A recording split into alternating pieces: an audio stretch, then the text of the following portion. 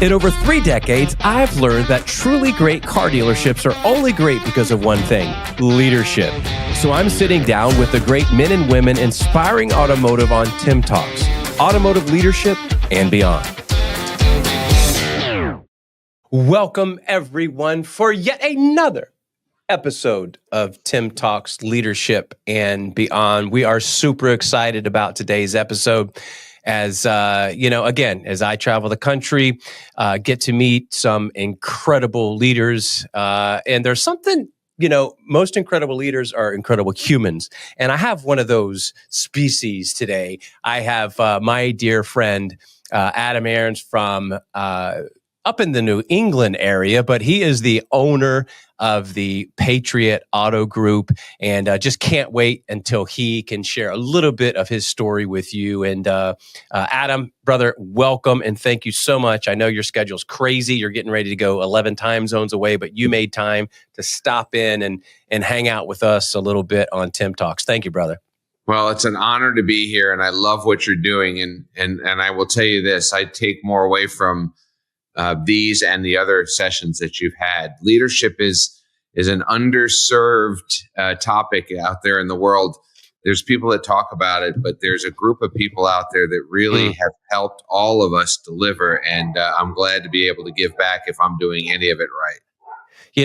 Adam, we'll dive right into it. I want to get a little bit of your backstory and the story what brought you to here. But since you threw that up there, I'll just extend on that. There's a lot of, I'm not trying to be ugly, but there's a lot of people that whether it's social media or local advertisement or OTT ads or whatever, proclaim X, but it's not necessarily the truth, or it's not necessarily, when you talk to people that work for them, or it's not the case. So I think that the biggest difference is, eating what you kill, practicing what you preach, So I think that's absolutely the big difference in staying to your process. In fact, you just recently told me, I don't know how long this has happened, but you are the largest Subaru dealer in New England, correct?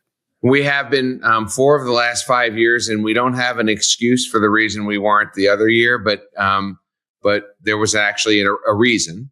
While I wish we would have been 5 years in a row, I think the biggest part of the story is we started out in one of the smallest AORs. There are 64 active AORs in New England. We started in number 59. Immediately, we started punching above our grade there, but in the top 20.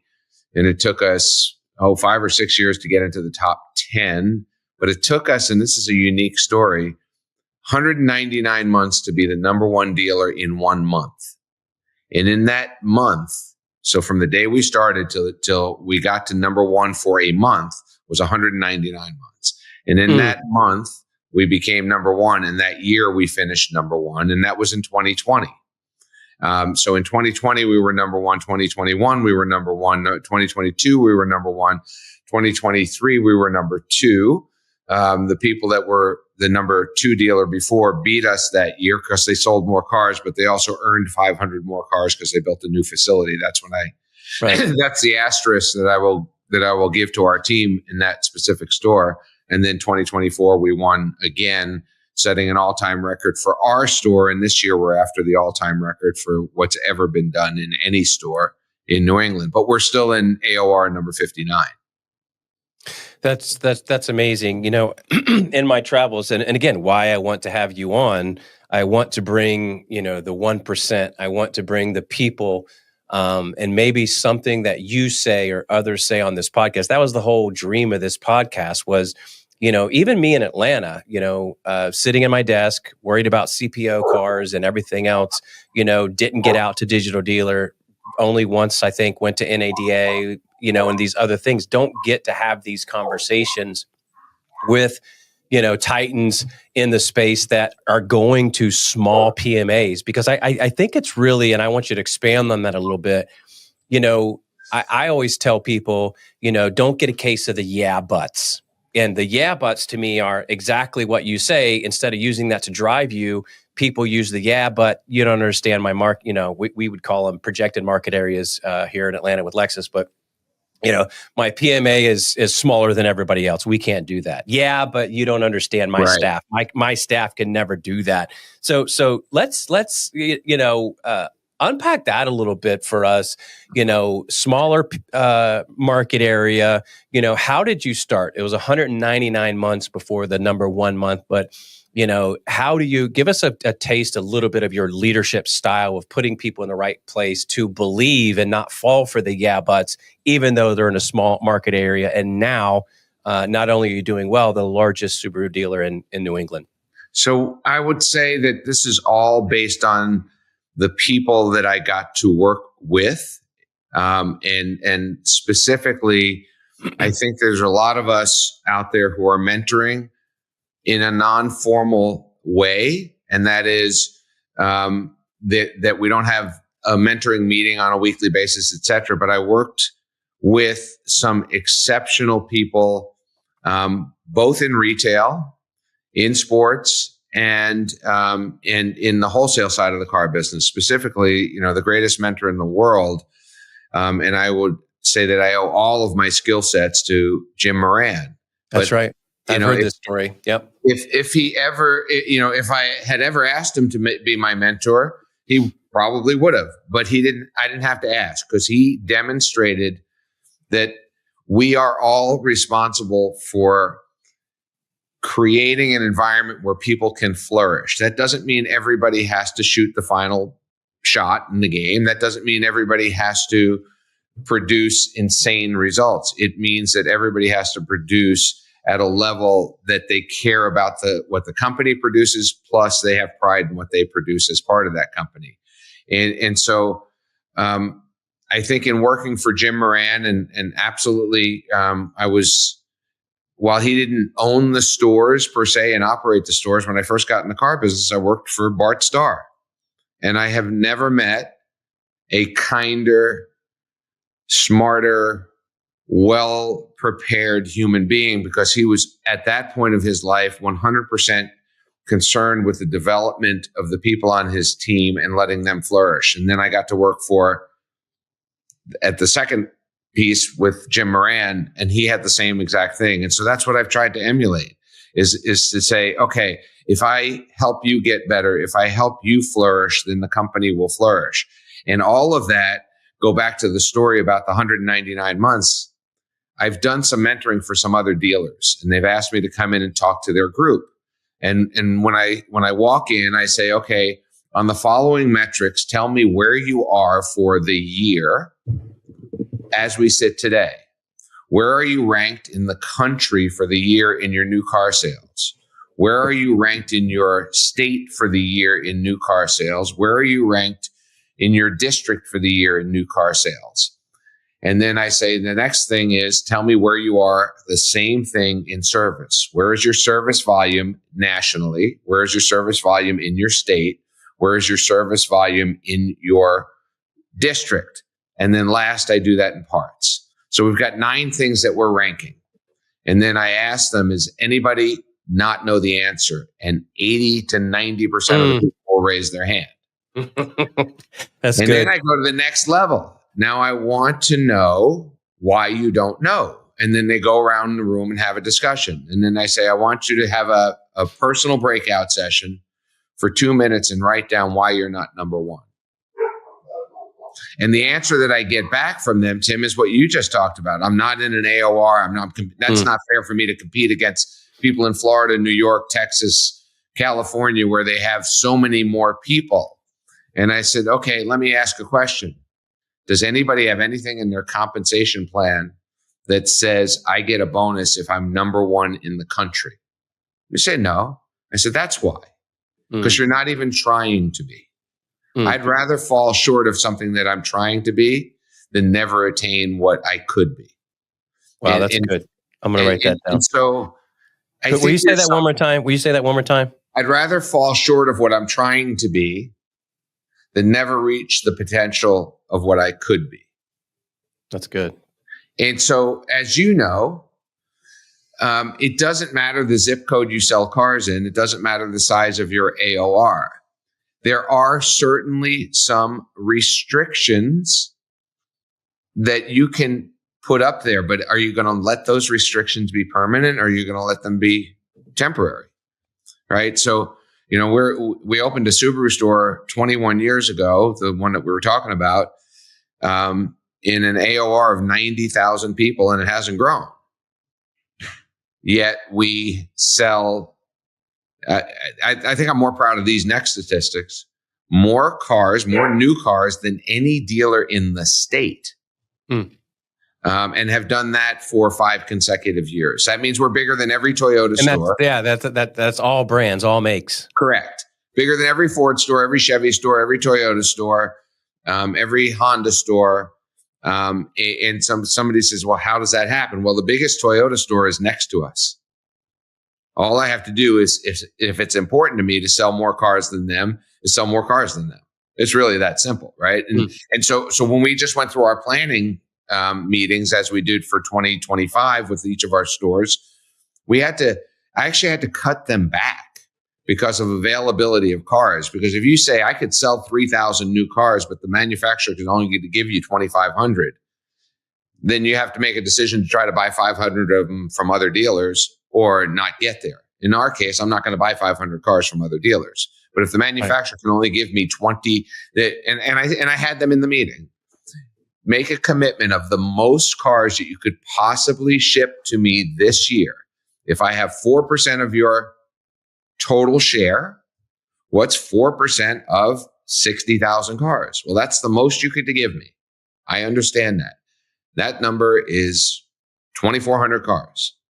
So when we forecast 2,500, I said to the GM and the GSM, I said, do you want to go out and buy cars from other dealers? Is that what you're going to focus on? Or we're just going to focus on retail, and hopefully they'll be able to supply us at maximum 2,400 cars. So we cut it back to 2,400. Now the onus is on the manufacturer and us and the distributor to provide us 2,400 cars. So we have to play games to do that as well. I mean, and that means we fell 20 cars short of our audacious level goal this year. And we didn't fall short in December. Without a doubt, we fell short in January, and February, and March, and picking up 2 cars a month that we missed along the way. So we had an insanely good December. Everybody was focused on that big number. We fell 20 cars short of it, still finished number 1 by a lot, by the way. But we want to start January 3rd in our case, having a great year. And we think now, and everybody understands in service, in parts, and in sales, both new and used, that these are our goals. We're going to start running. And by the way, everything affects everything is one of the philosophies we have in the store, right? So if we don't sell new cars, we don't earn used cars and we don't earn more new cars. And we affect the service department based on the number of cars we sell. We affect the parts department. We affect our vehicle buying center. So if we want to be 1-to-1 and we're not going to buy cars at the auction, how many cars do I have to buy through our vehicle buying center to make that happen? So that's kind of the thought process. But I will say this. As a GM, dealer, owner, sorry about that. Okay. As a GM, hold on, I'll start it again. As a GM, dealer, or owner, put something in your pay plan for your people that declares what your possibility is, what your goal is, right? So the day we opened in Saco, Maine, there was something in their pay plan to be number 1 in the district, number 1 in the region, in our case, and number 1 in the country. And they were big numbers. But it was there from day 1, and it took 199 months to do it because, by the way, being number 1 is not only what you do, it's what they do. And we can't affect what they do, right? So I couldn't affect that they got 500 extra cars. They built a facility. I was not going to go build a facility to get 500 more cars to maintain our number 1 status, nor was I going to go buy and pay dealers profit to buy 500 new cars. But we all understand in the entirety of our company, from a porter on and the phone operator, what our goals are in each department. They can see what they are every day. They have access to the financial statements. They have access to anything they want. But in case they don't even want to pay attention, we still have a meeting every month where we talk about what we accomplished, pat people on the back, and talk about the role that every individual plays in every one of those results. The phone operator has effect on your part sales. The concierge in service has effect on your new car sales. Your porter, your reconditioning people have effect on everything. And everybody knows that everybody affects everything. And that's what I think I got that from it being the truth and being exposed to the truth between the other leaders that I worked for. I certainly worked for bad leaders along the way. I was a victim of the sales meeting when I first got in the business where somebody got yelled at for being late. I was certainly in sales meetings where they told us to bring them every deal. It doesn't matter. It doesn't matter. It doesn't matter. By the way, we have to hold gross. The confusion of a meeting, as opposed to what we try to do is every day pour into our people, hold them accountable, and realize that not everybody's going to be everybody's best. But all we can do is help them progress. And we have to tolerate some people who are not going to. And that's up to us, whether we choose to do that. But we think people who have done the same thing for a long time naturally get better. If they don't, it's probably us that's not helping them get better. So let's talk about you've got a lot of your leadership's been with you a long time, but hiring those people, you said something, and I never worked for Southeast Toyota, but I was a Southeast Toyota dealer as a salesperson and as a sales manager. And just, the reputation of Jim Moran, had the privilege just to meet him in passing at his golf tournament a couple years because of Don Moffitt and that whole crew. But my question is, and all of them were just, I mean, even Don Moffitt, like he came in at our store when he purchased Toyota South, and we would play this game because I always wanted to beat him there, and I could never beat the guy to work. Like I could never freaking. And then I think I might, and I don't want to exaggerate this. I think I might have done it once, but at the same time, when it was time to have a lot party, he was moving cars, he was arm wrestling technicians, and he was that guy. Is that guy? But those type of humans don't fall off the truck. The Adams and the Don Moffitts and others don't fall off the truck. How do you, can you help? It's great when you got those great people. And you said early on, and I've also written that down, you, like Jim Moran, create an environment for your people to grow, for them just to do what they need to do. As Bill Belichick says, just do your job, right? Mm-hmm. But they do it with passion. So is there any insight to that general manager, salesman, whoever, trying to fix a broken store, getting the right people in? How do you, obviously you've done it successfully over and over because you've got multiple stores. Can you let us peek under the curtain there, because you've been successful time and time and again? I'm sure that every single person that you've hired, you've had people that have not worked out. For the most part, your leadership, you've put the right people in the right places. Is there some key traits that you look for? Help us out there. Well, I think, you said this when we started this. Leadership can be made from good people, from people who are just genuinely good people. If they're not, they should not qualify to lead organizations. So we failed at times with people who just can't get things going in the right direction. But I think what you saw from SET, and you probably would say that 90% of the people that you met with SET were excellent and incredible partners humans to your company. Yes. And that was something that is 100% on Jim Moran. That is to hire people who know that success is made by helping other people. And I think we know that. And I'm not saying that you learn that in church or you learn that in school or you learn that at home, but you better learn it somewhere. And that is that you can't be a me for everything. There are some salespeople out there who sell 40, 50, 60 cars a month who are not cooperative. I don't know them, because the ones that I meet are willing to share their skill set and how they do it. And I think that's why they sell 40, 50, 60, 70 cars a month. When you deal with a Frank Graniti, who is, I think, one of the most amazing leaders in the world, 100%. Everybody can doubt what they say, but I can tell you this. If I text Frank Graniti from your cell phone, somebody he may not know, his answer is, how can I be of service? I apologize for the delay. And he means it. It doesn't have to come from Adam Arens because we know each other and we're happy to help each other. But that's how he sold 1,400 cars last year. And somebody says, yeah, well, he has assistants. Yeah, well, if you sold 1,400 cars, you would have a lot order, and you would certainly have somebody to help you with your paperwork and your own finance manager. 1,400 cars is 120 cars a month. That qualifies in my stores for 2 finance managers and 2 porters. Yeah. Right. So yes, it takes a team to do that. But the question is, you have to have that service and servants mindset that's out there. And I know there's a lot of books about that, but I think you start with good clay and don't ruin it. Maybe the easiest part of this. And so as we hire people in our organization, we try not to hire people with experience. There's only one thing in our company that requires a specific skill set and years of doing it. And that's a technician's job to get to an ATEC. But we don't even hire ATECs.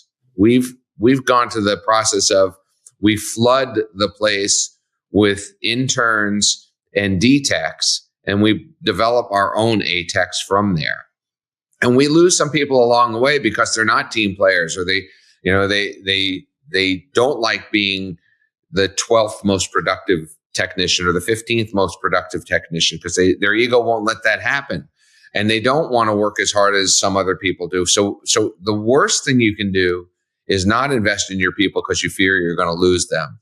Be happy for them if they choose that you're not the right place for them. And I think that goes back to some of this stuff with working for the Moran family. That was the people from SET, the people at Lexus. Lexus didn't exist when I started there, but the people at SET and JM&A, all I know is that they were something that I wanted to be. And if you want to talk about the best recruiting there could ever be, the best recruiting is to create an environment where people will do anything they can to come to work there. And that's what happened at SET for me. And that was, I had to quit my job and go to another place to work for 6 months before they would ever interview me. At the same time, our first baby was on the way.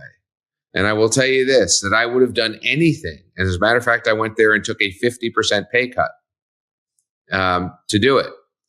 But it was that important to me. And I had no idea what my job was going to be. And my job was to say, yes, how can I help? And I ended up in the Atlanta market. I think 6 months after I joined the company, and I stayed there for 17 years, and now I've been a dealer for 21 years. So therefore I am 65 years old. I love it. You know, it's unless, you know, I might get a little weird here, and everybody thinks I'm weird anyway, maybe. So it's okay. But there was, you know, it was something about those Southeast Toyota, the Forests, and the, you know, those guys walking into your store. It was like there was, man, they were just great humans, and you wanted to be around them, like them, right? There was this incredible, what Mr. Moran created. It's the Maxwell 21 irrefutable laws of leadership. You know, my two favorite are the law of attraction. Something's going on there. I want to be part of that. You know, it's funny. I did literally the same thing just to work for the Hennessy Group. I took a step down as a GM of a store to go to as a sales manager. And I figured I believed in myself. You know, I think today maybe there is a little more of, you know, title, you know, people not looking at the big picture. Well, I was a GM for this long, or a GSM or whatever. I'm going to pay X. I'm going to do this. If you really want to know what you have, you know, make the tail end of their comp, you know, on sales, right? Do people believe in themselves? And I think that maybe, hopefully, there's a lot of people that say, you know what, I'm going to believe in myself, and maybe I have to take a step down to get up. But I think that's pretty ironic. Let me give you a tangible for the people that are paying attention, and they can do this in short order. Regardless of your position in the company, write out what you think the best culture would be for you. As a leader, if you're the owner and you have the ability to have tremendous amount of input into that, do it for your company. But at the worst case scenario is do it for you.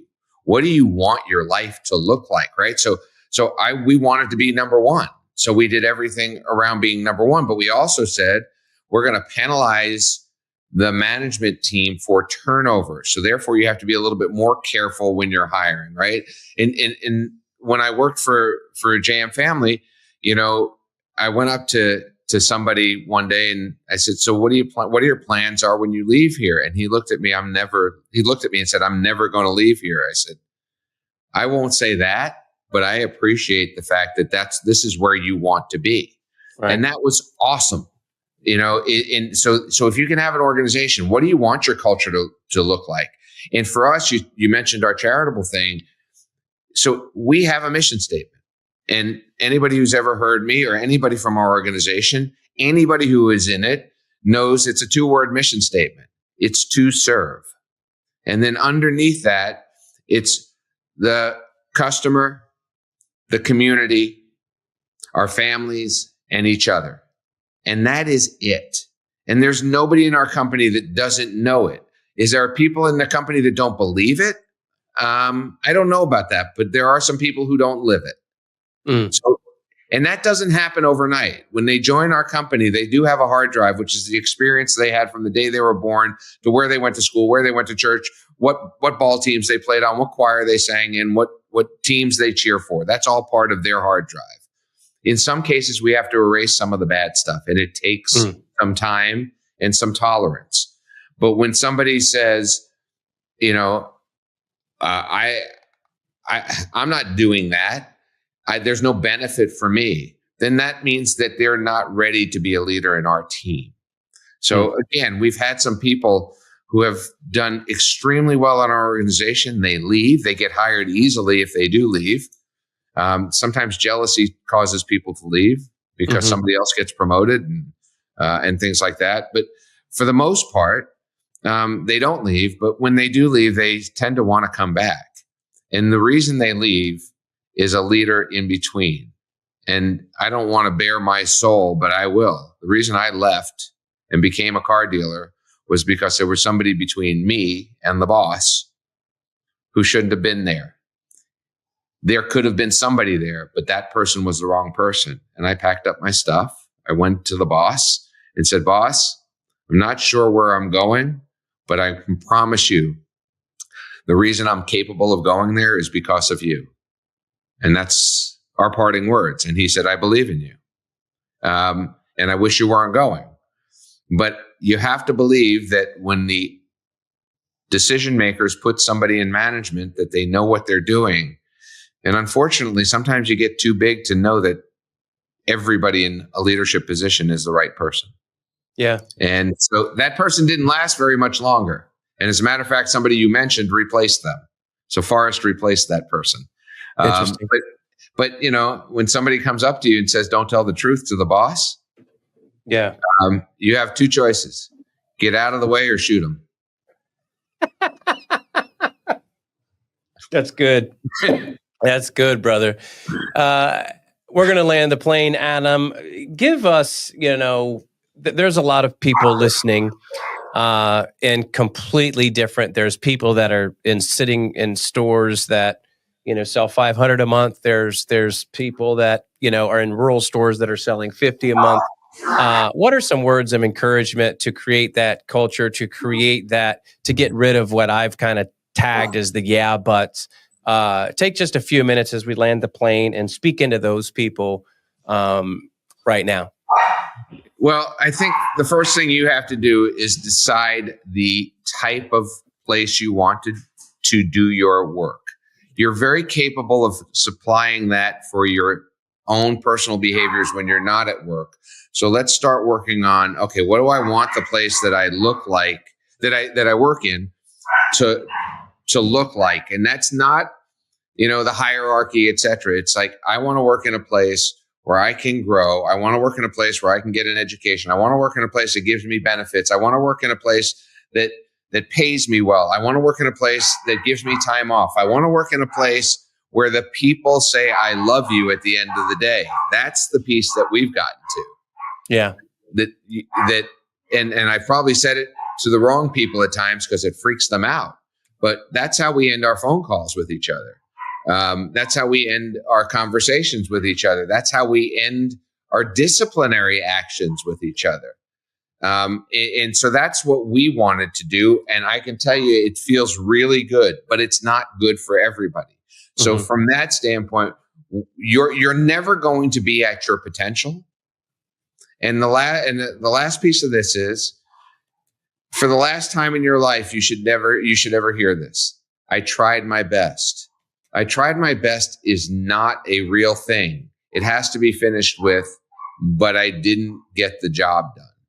Now, the question is, am I the right person to do that job? So I tried my best is always an excuse. And for you as an individual, if you're 5'7" and you try all day for a month with a coach and everything else, and you're 60 years old, you will not dunk a basketball. So you're not the right person for that job. So let's do our best by getting better every day. Don't try your best, do the best.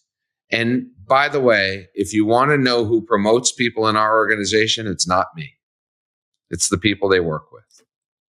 Leaders become naturally promoted into those positions, and they fail at the beginning because they don't have some of the skills, but they have that inherent piece of leadership because people like them. If you want to be disliked and a leader, I don't know how that works. However, your parents were capable of delivering discipline to you. Your parents were capable of correcting you and still loving you. That's what a real leader becomes. And so be a team player, get the job done. Don't do your best, make your best better every day, and understand that your potential to do one more hour a day of production, to make one more hour in your day more productive, to do some of the simple things. And by the way, I'll leave you with this because we are landing the plane. The most important thing in an organized life to become a leader and to accomplish things is I guess you can't see it on here, is an 8.5 by 11 pad and a calendar next to it. And once you commit to doing that, you will get a lot more done, and that will free you up time to get better. And by that, I mean, if your kids get on the bus at 8:30 in the morning, you're sure they get there, but you're not sure what you're doing at 9:30 in the morning when you're at work. There's only 3 things you should be doing when you're at work. You should be serving a customer or serving others. So that's depending on your job. The second is finding more people to interact with, which I think some of this podcast world has been very good at doing that for a lot of people in the car business. And the third thing is to have disciplined time to get better at your work. That's to work on yourself, or work on your job, or work on betterment. So if you can do all of those 3 things every day, I promise you, you'll get better. You'll serve more people, and more people will like what you do. So that will get you promoted into leadership. And I invite anybody at any time to come to our stores. We have small, medium, and large stores. We have people, we have a store that's 21 years old. We have a store that's 10 years old. We have a store that's 5 years old. And we have a store that's 2 months old. So you can see any and all of them. And the only reason we would ever have another store is because we have more people who deserve the opportunity for advancement, and we just don't have the place to put them. So that's the only reason we would get another franchise at this point. Well, Adam, thank you so much for taking time out of your schedule to hang out with us here on Tim Talks. Truly one of my favorite people. Did we met in Clubhouse like 4 years ago, right? Right as I you think we met. I think we met in one of in the first Business Pinnacle. Bourbon. No, in Was the it? first Pinnacle, maybe.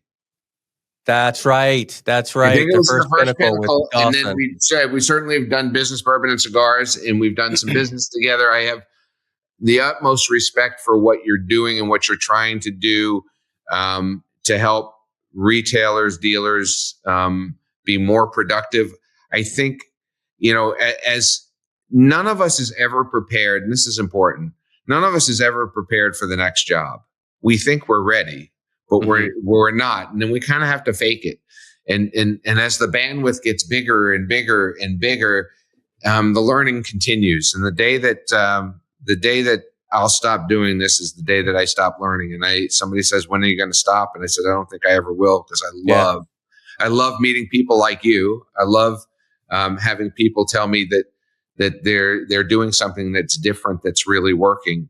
And I am so thrilled that I have a group of people in the next generation who have begun to take over our stores. I mean, I have a gentleman who's been with us 17 years. He was made the GM of one store last year, and now he's GM of 2 stores, and he's 41 years old. That's awesome. And he speaks the language and gets the job done. And he never points a finger at any of his people. He just looks in the mirror. That's amazing. Thank you, Adam. I love you, brother. Thank you for your time. Listen, ladies and gentlemen, thank you for listening to yet another episode of Leadership and Beyond, Tim Talks. As we always say, in fact, I can't write. I just stopped writing notes. I'm just going to listen to the tape. So many incredible, whether they were one-liners or just thoughts that we can get out of this. I always say it. No one is smarter than everyone. Until next time, guys, let's just continue to get better together. We'll see you soon.